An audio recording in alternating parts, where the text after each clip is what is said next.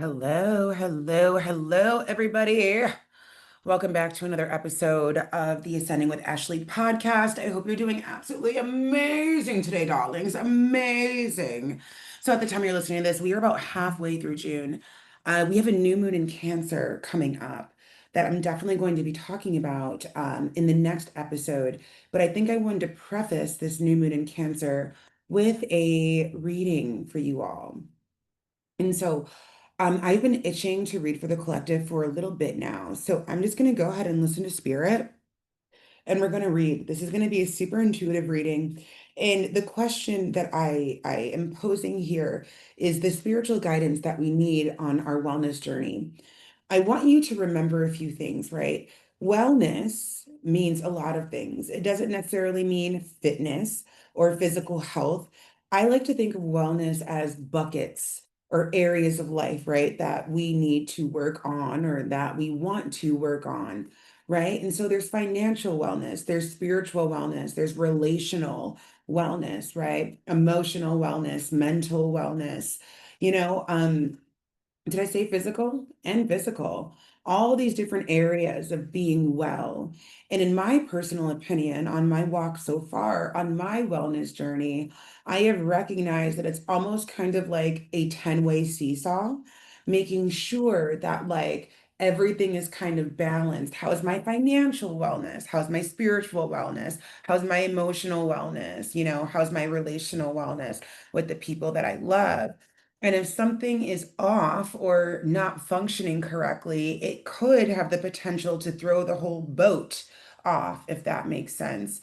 And that's not to say that we are always supposed to be in balance. I don't necessarily think that's how life works, but it is to say, I think the biggest piece of shadow work is to understand when things are off balance and how to regulate and what we need. And this is why we may use tarot as a space and place to be well and to understand and to learn how to be well. So this reading here, oh, so thick. This reading here is really about the tea, the spiritual tea that we need as we walk through our wellness journey for the rest of June, the rest of Cancer season, and as this new moon in Cancer is leading up. And now I want you to also remember, say it with me, during new moons, we plant seeds. Cancer, our crab, is one of the more emotional signs. Do you guys see that? Maybe not. In the zodiac. If you're watching, don't forget, subscribe to the YouTube so you can see the cards that are coming up. Mm. Page of Cups was the card that just jumped out like that. She jumped out upside down. And so remember, our pages are the youngest out of all the royals. They have the most to learn, right? And Cups is this very emotional energy. It's about relationships. And so I really want you to consider what it is that you have to learn about your emotional regulation when it comes to your relationships. It automatically makes me think of like a relationship with a parent or a partner, right? You know how sometimes there's that person that we love the most that knows exactly how to press your buttons? Like you're having a fantastic day, and then out of nowhere, that person comes along, like, ready to fuck your day up, and you let them because they have that much control. How can we be even more of a pillar of emotional regulation when it comes to our relationships, right? It's almost kind of like that age-old saying, like, treat people the way that you want to be treated. Ooh, the moon comes in right underneath, right next to the Page of Cups upside down. So this is kind of like this same energy about emotional regulation. I love our moon card. It's a love-hate relationship with her. When the moon card comes in, it is this energy of us not seeing correctly. We aren't seeing a situation correctly. And I can't help but think it has to do with some sort of relationship in our lives. Babe, this could have to do with a relationship with yourself, with your personal relationship, with your personal wellness journey. Are you self-sabotaging in a way that's subconscious? Are you self-sabotaging in a way that's subconscious? I just want you to consider that, okay? Eight of Swords comes in right side up. I'm going to keep with this same energy here, okay? Because this is what we're getting. I want you to notice something, right? This person is standing in a puddle of water. Her hands are tied, her arms are bound, right? Remember, you can see the visual on YouTube. Don't forget to subscribe. And then you have her, she's blindfolded. She's blindfolded here, but she can walk, but she can't see. And she's surrounded by all of these swords here. The card is about paranoia. The card is about paranoia. It's about overthinking. It's about being stuck in your thoughts, right? And so, again, I'm going to bring this point home as we come into this new moon in Cancer and the conversation that needs to be had about being stuck in this space and place of overthinking about potentially what everybody else is going to think of you. Is that true? Or is this just some sort of weird fake news that you've told yourself? Going back to the Page of Cups, I want you to consider this idea of your relationship with yourself.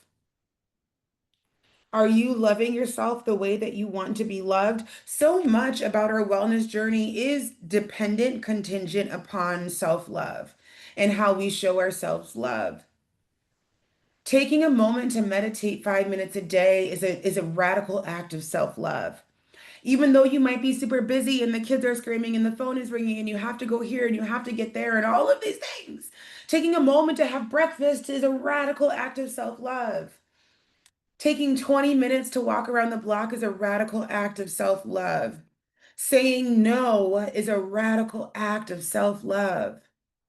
And so many of us don't do these things that we know we need to, that we should do for whatever reason. Maybe we're paranoid about what they're going to think of us. Mm, okay, my loves. We get the Page of Swords coming in upside down. Okay. So we have another page coming in and another swords card coming in. So it's this idea of being immature, of still developing. Our pages are still very much developing. They are still in this place of wonder. They are still learning about the world, the pages are. They still don't fully understand. Their brain still isn't fully yet developed. That is the pages across the board. When we're looking at the Page of Swords right side up is more so about study. It's about learning about the world around them. When the page comes in upside down, we aren't taking the time to learn what we need to know. We aren't taking the time to invest in the learning process. We need to take more time to understand what we need, right? And so the Page of Swords comes in upside down, but look at what comes in right side up, the Four of Wands. I can see clearly now the rain is gone. There is light at the end of the tunnel, should we choose it. Everything is so dependent on whether or not we should choose it. Everything, everything. And so I ask you right now, dear one, are you going to choose it?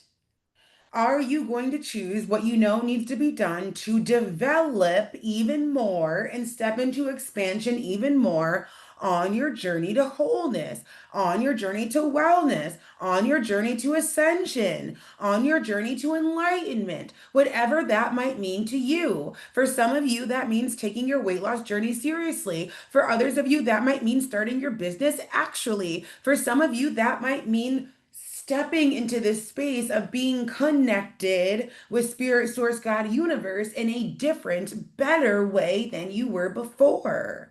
All of it, though, is quite dependent on you accepting the invitation. And to accept the invitation means you start with you.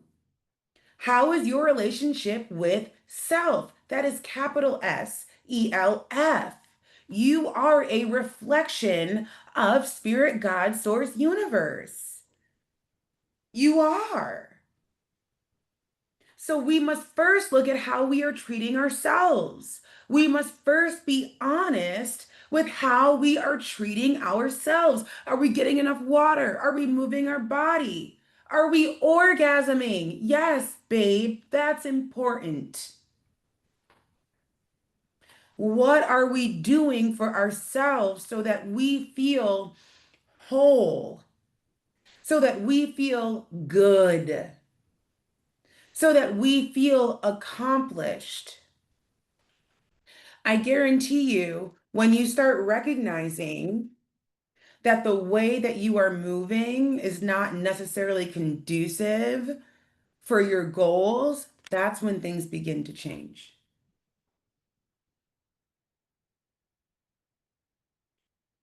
And so I ask you, dear friend, what seeds are we planting here? Are we planting seeds of limiting beliefs and insecurity and unsurety and all that jizz, jazz? Are we planting seeds of, I could do better with this? I think I'm really going to be for real on my meditation journey. I think I might want to invest in a coach for my fitness journey. I think I could do X, Y, and Z. I'm ready to take my journey with the tarot seriously. Yeah, I think I'm ready. I think I'm ready to tell myself a different story, you know? That feels complete right there. I think I'm ready to tell myself a different story. There's your tea. Take it with you throughout the week as the week comes up. Um, like, comment, subscribe. You already know the drill. Let me know if this resonated. Share it on the gram. And I love you. Let's get this fucking work, baby. I'm right here with you. You know that. Remember, you truly are limitless, but only if you believe it.